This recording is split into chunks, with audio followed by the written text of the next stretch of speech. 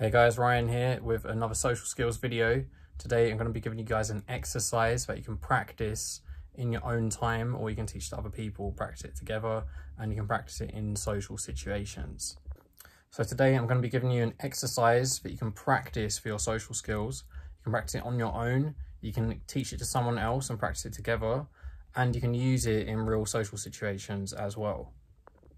These exercises tend to be the most helpful part of the coaching, possibly even more than real actual situations socially, although you definitely also need to do those to improve your social skills. They really focus on training your thinking for social skills, and they allow you to drill stuff the same way that if you do martial arts like I do, then you can drill a technique loads and then you'll be able to do it really easily in a situation. So this exercise is called reframing.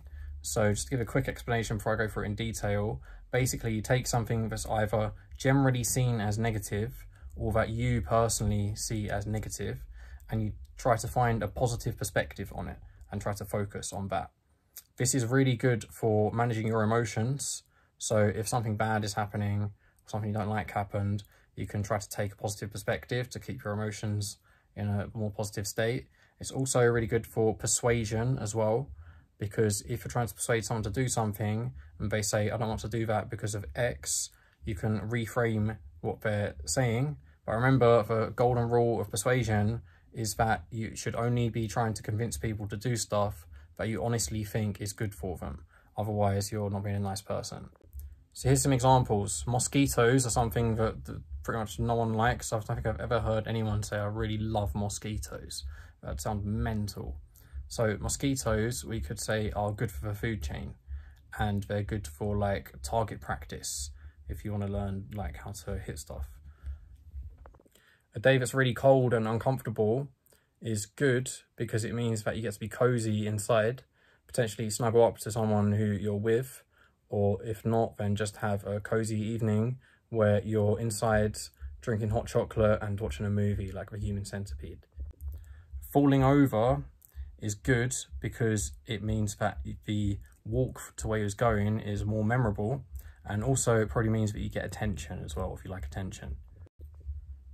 So those are some examples. So you pick something that either is generally seen as a bad thing, or something that you specifically see as a bad thing, or if you're using it in a real situation, something that someone else is framing as a bad thing and you want to reframe to either make them feel better or to persuade them of something or for some other reason.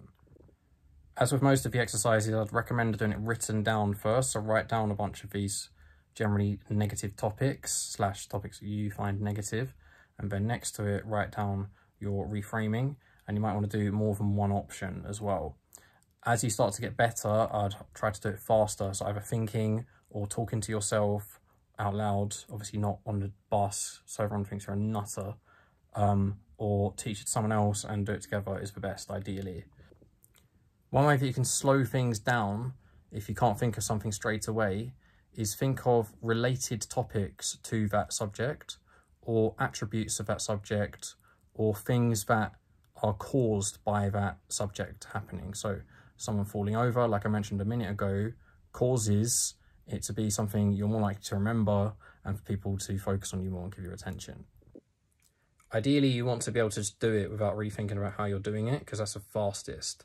Speed is nearly always better than quality in social situations, because it means that you are able to assess and do more things at once. There's always tons of stuff going on in social situations all of the time. And also in real life, social situations move quite quickly. So the person who's a perfectionist, almost always being a perfectionist is counterproductive in social situations. It means that you're often going to have a really great solution to something that doesn't exist anymore because the conversation / interaction has moved on. And plus, if you're being a perfectionist about one thing in a social situation, there's at least like 30 other things constantly happening, and you're missing all of those, which ironically makes you not being a perfectionist. So ideally, the first option, plan A, should be that you just do it without really thinking about how you're doing it. If you can't do that, I usually have breakdowns to slow things down, but make it more likely that you're going to be able to come up with the solution to whatever the exercise is. In this case, I just mentioned about looking for related topics, attributes of that topic, or things that are caused by that thing happening.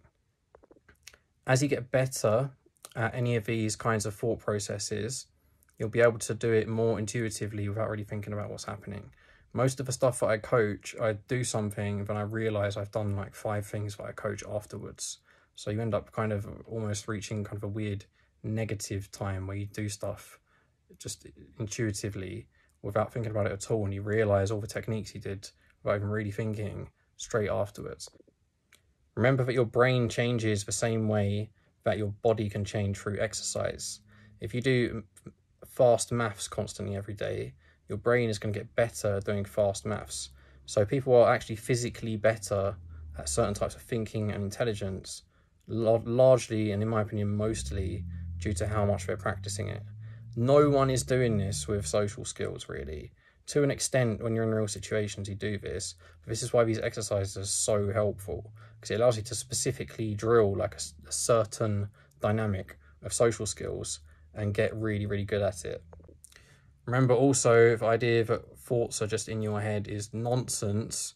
Your heart has about 40,000 neurons, and your gut has neurons as well. Just wanted to add that. As far as I understand, I'm not a doctor or whatever you have to say on YouTube to make the people not go mental at you and close your account. As far as I understand, if you take something called lion's mane mushroom, which is called that because it looks like a lion's mane, the mushroom, that should help you develop habits faster and should basically make you more intelligent. It's definitely stated that it helps with focus and memory, but basically it does something along the lines of grow new neurons. So I'd recommend that to everyone who wants to use their brain, to be honest. So yeah, reframing is good for managing your emotions. So something bad happens, you take a new perspective on it. I'm doing this all the time in social situations so that I can keep my emotions in a more like happy and sociable state that's more optimal for the vast majority of social situations. I'm looking for the most positive perspective on everything, to the point where like I'm not miles away from basically brainwashing myself, but it's really helpful, makes me feel good, makes everyone else around me feel good. So what's the problem? So I would recommend getting into the habit of doing that and making it kind of an automated response that when something negative happens, you're immediately looking for the good side of it. A lot of the time you can spot opportunities by doing that as well. From a negative situation, some kind of opportunity comes up. And the other time it's good is in persuasion. So if you're trying to persuade someone to do something and they say no because of this, you can reframe and take a positive perspective. For example, if you're trying to convince someone to do cycling and they say no because I'll get tired and worn out, you can say that you'll get less tired and worn out by everything once you've cycled for some time, because you'll improve your fitness. Remember, like I said, the main role of persuasion is to convince people of stuff that you honestly think is a good idea for them. Otherwise, it's unethical and you're using dark social skills, which sounds cool, but it just means that you're an asshole. If there's something you're commonly trying to persuade people to do, like you run a business and you sell something, or you sell something in your job, or you're trying to convince everyone to be a vegan or a Jehovah's Witness, then I'd find common things that people say to you where they give some kind of objection and look for a way to reframe it so that you know that off by heart. And often you can refine over time how smoothly you're doing it as well in that case. All of these exercises, honestly, if you practice them literally for just like 2 or 3 minutes a day in your mind, you will improve with your social skills like a lot faster. If you have a bunch of these exercises that I have and you practice them for just a couple minutes a day, even if you just do one each day and rotate, I would say you'd improve your social skills literally 2 times as fast.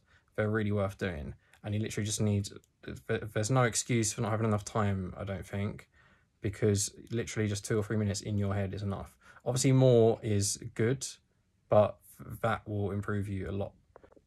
Also, that way it means it's more fresh on your mind, so you're more likely to spot the opportunity to use it in a situation. So that was this social skills exercise. I've posted a few other social skills exercises. I have a playlist of the exercises. I think I've posted like 6 so far. I think I've got like 70 or something. So check those out if you want to.